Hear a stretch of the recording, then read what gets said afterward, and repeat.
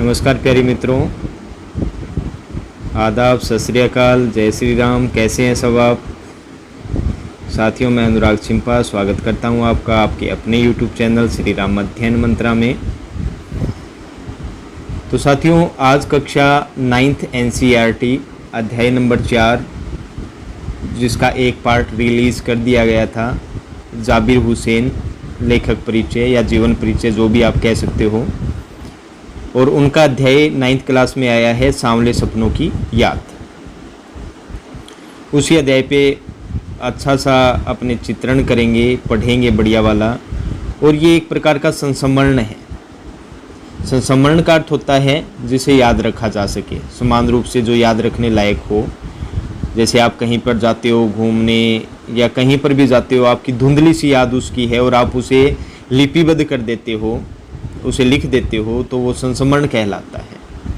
इसी प्रकार जाबिर हुसैन जी भी, सालिम अली जी उनकी मृत्यु पे, उनके निधन पे गए हुए थे और उनकी मृत्यु के आने के बाद में उनका निधन हो जाने के तुरंत बाद में ये संस्मरण लिखा गया था, सांवले सपनों की याद।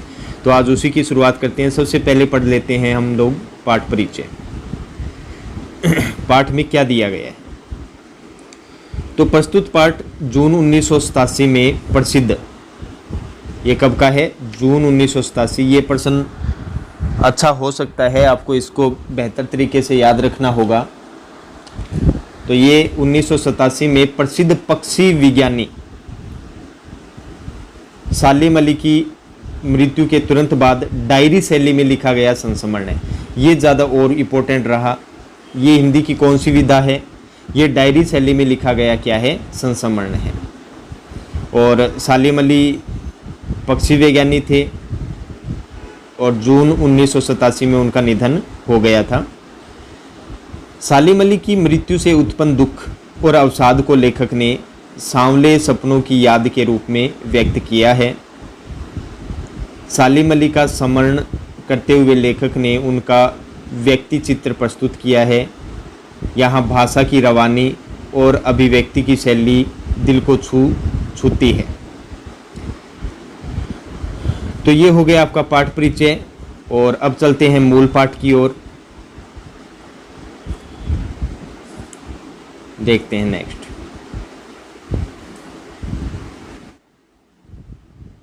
सांवले सपनों की याद। तो यहीं से शुरुआत करते हैं, देखते हैं।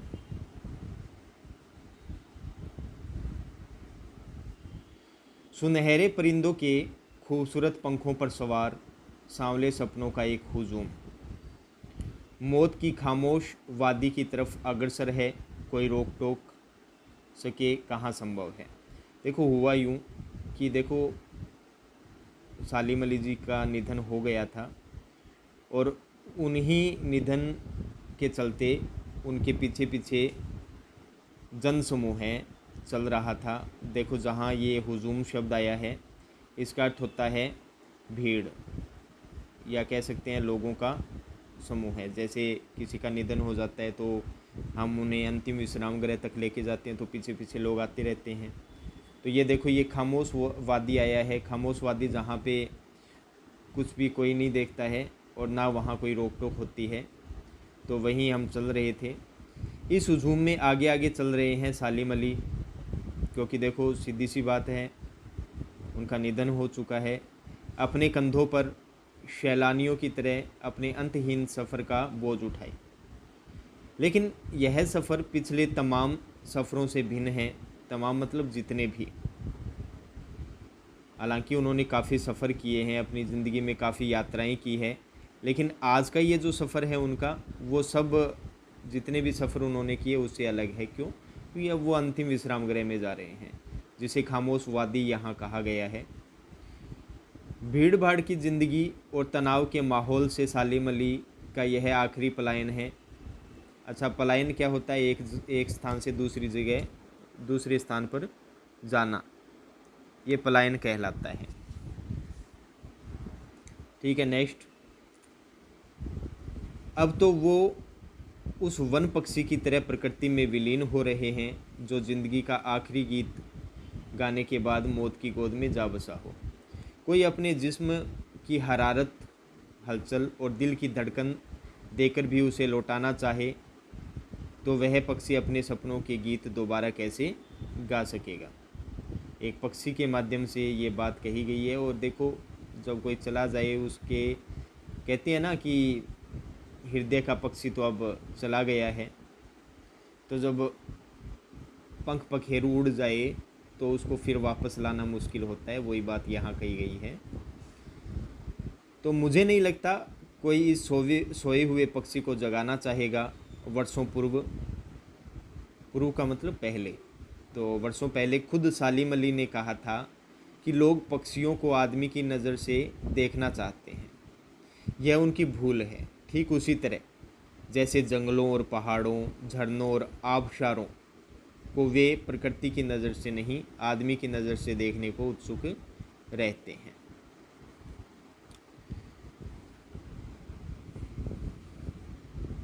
भला कोई आदमी अपने कानों से पक्षियों की आवाज़ का मधुर संगीत सुनकर अपने भीतर रोमांच का सोता का अर्थ क्या हो जाता है? झरना।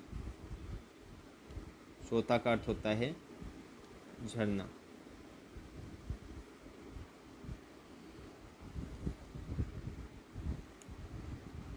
फूटता महसूस कर सकता है।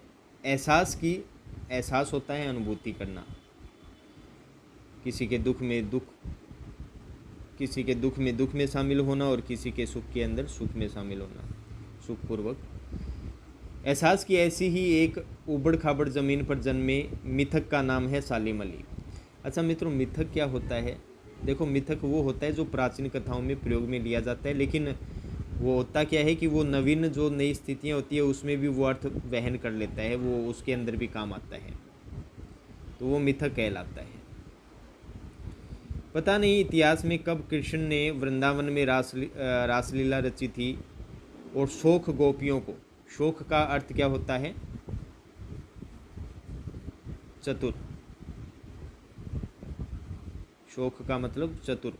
गोपियों की को अपनी शरारतों का निशाना बनाया था। कब माखन भरे भांडे फोड़े थे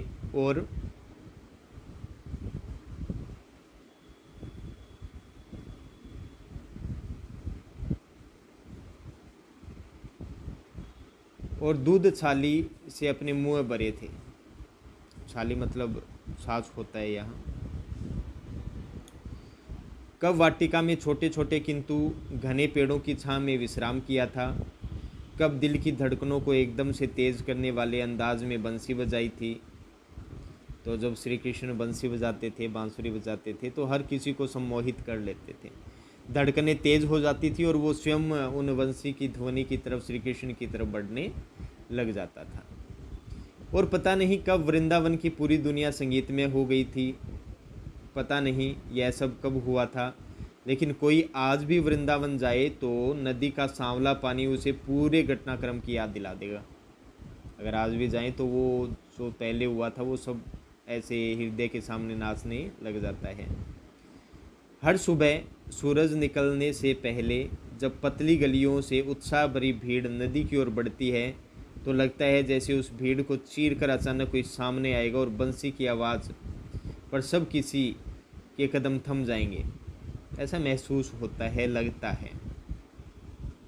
हर शाम सूरज ढलने से पहले जब वाटिका तो देखो बाग बगीचे होते हैं, जब वाटिका का माली सैलानियों को हिदायत देगा तो लगता है जैसे बस कुछ ही क्षणों में वो कहीं से आ टपकेगा और संगीत का जादू वाटिका के भरे पूरे माहौल पर छा जाएगा। वृंदावन कभी कृष्ण की बांसुरी के जादू से खाली हुआ है क्या? कभी नहीं होगा। मिथकों की दुनिया में इस सवाल का जवाब तलाश करने से पहले एक नज़र कमज़ोर काया वाले उस व्यक्ति पर डाली जाए जिसे हम सालिम अली के नाम से जानते हैं। उम्र की क्षति तक पहुंचने में थोड़े ही दिन तो बचे रहे थे। क्षति का मतलब लगभग 100 की उम्र वो पार करने वाले थे। थोड़े ही दिन बचे थे लेकिन शतक नहीं मार पाए वो। संभव है लंबी यात्राओं की थकान ने उनके शरीर को कमज़ोर कर दिया था और कैंसर जैसी जानलेवा बीमारी उनकी मौत का कारण बनी हो। अब देखो, उनकी मौत का कारण क्या था? कैंसर। लेकिन अंतिम समय तक मौत उनकी आंखों से वह रोशनी छीनने में सफल नहीं हुई जो पक्षियों की तलाश और उनकी हिफाजत के प्रति समर्पित थी। समर्पित का मतलब होता है क्या? अर्पित।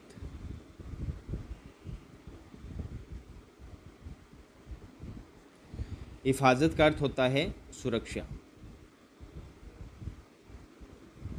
हिफाजत करना, सुरक्षा रखना।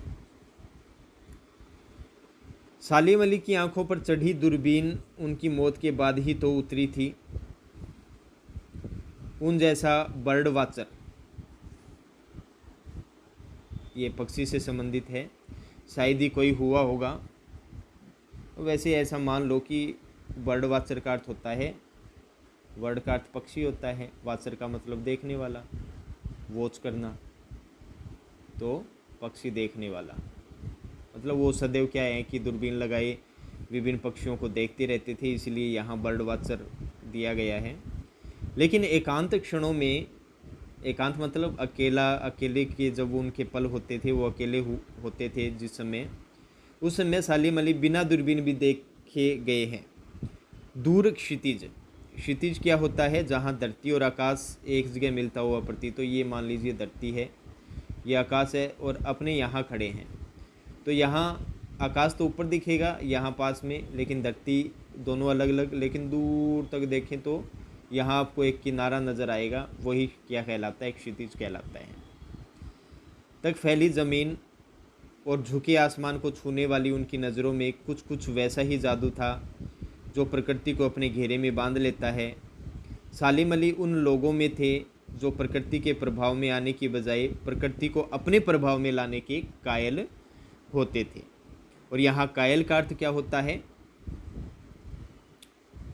कायल, कायल का अर्थ यहाँ होता है प्रशंसक,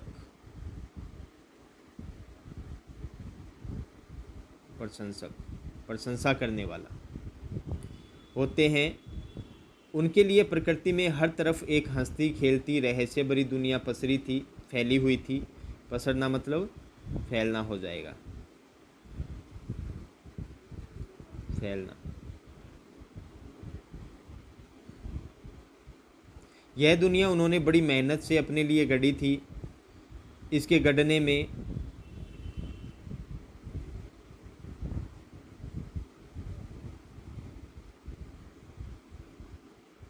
उनकी जीवन साथी तहमीना ने काफ़ी मदद पहुंचाई थी।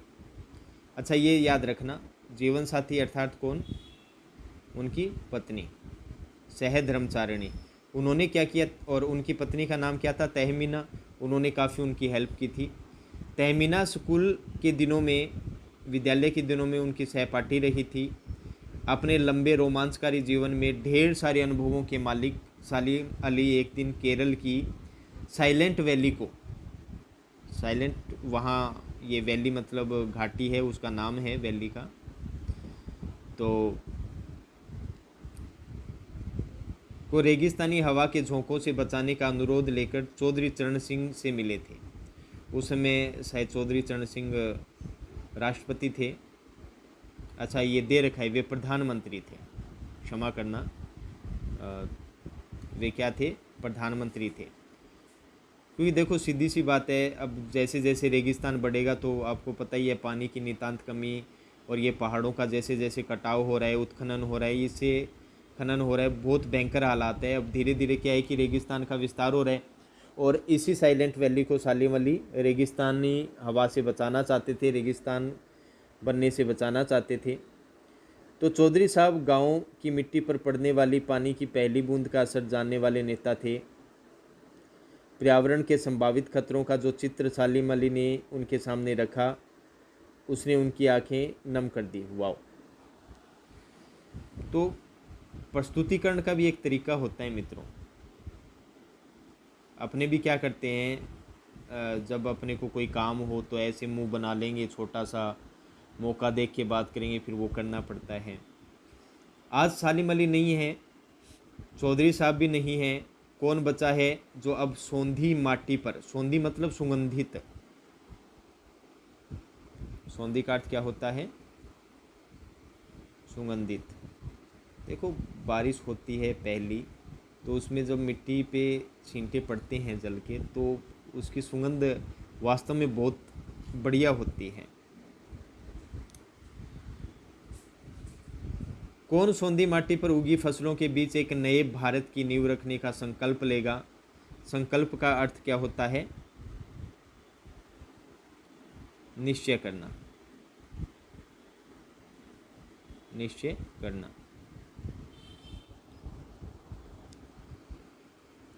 कौन बचा है जो अब हिमालय और लद्दाख की बर्फीली ज़मीनों पर जीने वाले पक्षियों की वकालत करेगा?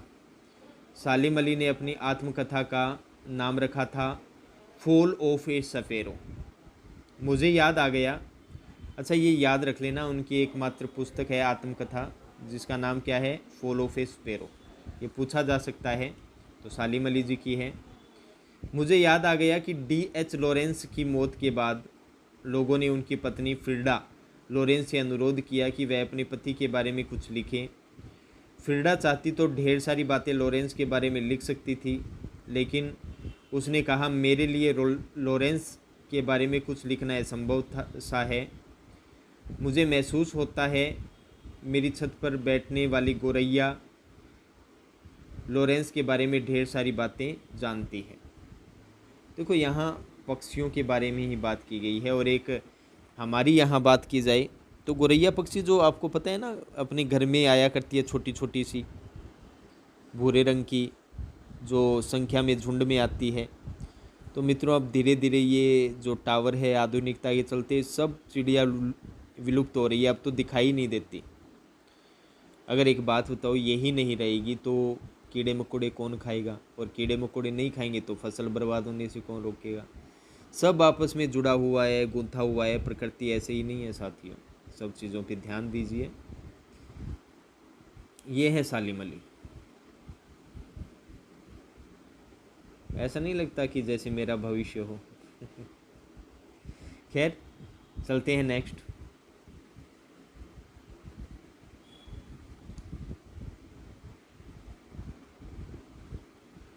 भी ज़्यादा जानती है, वो सचमुच इतना खुला खुला और सादा दिल आदमी था। मुमकिन है लॉरेंस मेरी रगों में, मेरी हड्डियों में समाया हो, लेकिन मेरे लिए कितना कठिन है उसके बारे में अपने अनुभवों को शब्दों में जामा पहनाना। अच्छा, जामा पहनाने का मतलब होता है उसे व्यक्त करना, शब्दों के अंदर बदलना, या अर्थात मन के जो भाव होते हैं, मन के भाव होते हैं, उन्हें शब्दों के द्वारा व्यक्त करना। ये मेरे से नहीं हो पाएगा। हाँ, मुझे यकीन है मेरी छत पर बैठी गोरैया उसके बारे में और हम लोगों दोनों ही के बारे में मुझसे ज़्यादा जानकारी रखती है। जटिल प्राणियों के लिए सालिम अली हमेशा एक पहेली बने रहेंगे। बचपन के दिनों में उनकी एयरगन से घायल होकर गिरने वाली नीलकंठ की वह गोरैया सारी ज़िंदगी उन्हें खोज के नए नए रास्तों की तरफ ले जाती रही। ज़िंदगी की ऊंचाइयों में उनका विश्वास एक क्षण के लिए भी डिगा नहीं। वो लॉरेंस की तरह नैसर्गिक का अर्थ क्या होता है साथियों? स्वाभाविक, जो स्वभाव के अनुसार हो, जिसमें कोई दिखावा ना हो, स्वाभाविक। जिंदगी का प्रतिरूप बन गए थे। प्रतिरूप का मतलब रूप के बदले रूप, वैसा ही रूप। सालिम अली प्रकृति की दुनिया में एक टापू बनने की बजाय अथाह सागर बनकर उभरे थे। टापू आप जानते ही हो, अथाह का मतलब बहुत गहरा होता है। जो लोग उनके भ्रमणशील स्वभाव और उनकी यायावरी का अर्थ क्या होता है? घुमक्कड़। देखो, जो सिर्फ क्या करता रहता हो, घूमने में ज़्यादा विश्वास करता हो, वो घुमक्कड़ होता है। तो यायावरी से परिचित हैं, उन्हें महसूस होता है कि वो आज भी पक्षियों के सुराग में ही निकले हैं और बस अभी गले में लंबी दूरबीन लटकाए अपने खोजपूर्ण नतीजों के साथ लौट आएंगे। जब तक वो नहीं लौटते, क्या उन्हें गया हुआ मान लिया जाए? मेरी आंखें नम हैं, सालिम अली तुम लौटोगे ना। ये यहाँ संस्मरण जो डायरी शैली में लिखा गया है उसका अंत होता है। साथियों, उनका जो प्रकृति प्रेम है, पक्षियों से जो उनका प्रेम है, वो देखते ही बनता है। और उनके अलावा उनकी एक विशेष खूबी ये रही कि वो घुमक्कड़ी प्रवृत्ति के थे या यावरी प्रकृति के थे, और वो कोई ना कोई सदैव खोज करते रहते थे। तो इस कदर आपका ये अध्याय सांवले सपनों की याद पूर्ण होता है। तो मित्रों, समझ में आया होगा अच्छे से शब्द और वाक्य। तो नेक्स्ट वीडियो में नेक्स्ट अध्याय 5वें अध्याय के साथ मिलेंगे। तब तक के लिए श्री राम अध्ययन मंत्रा को आप विदा दीजिए। जय हिंद, जय भारत साथियों।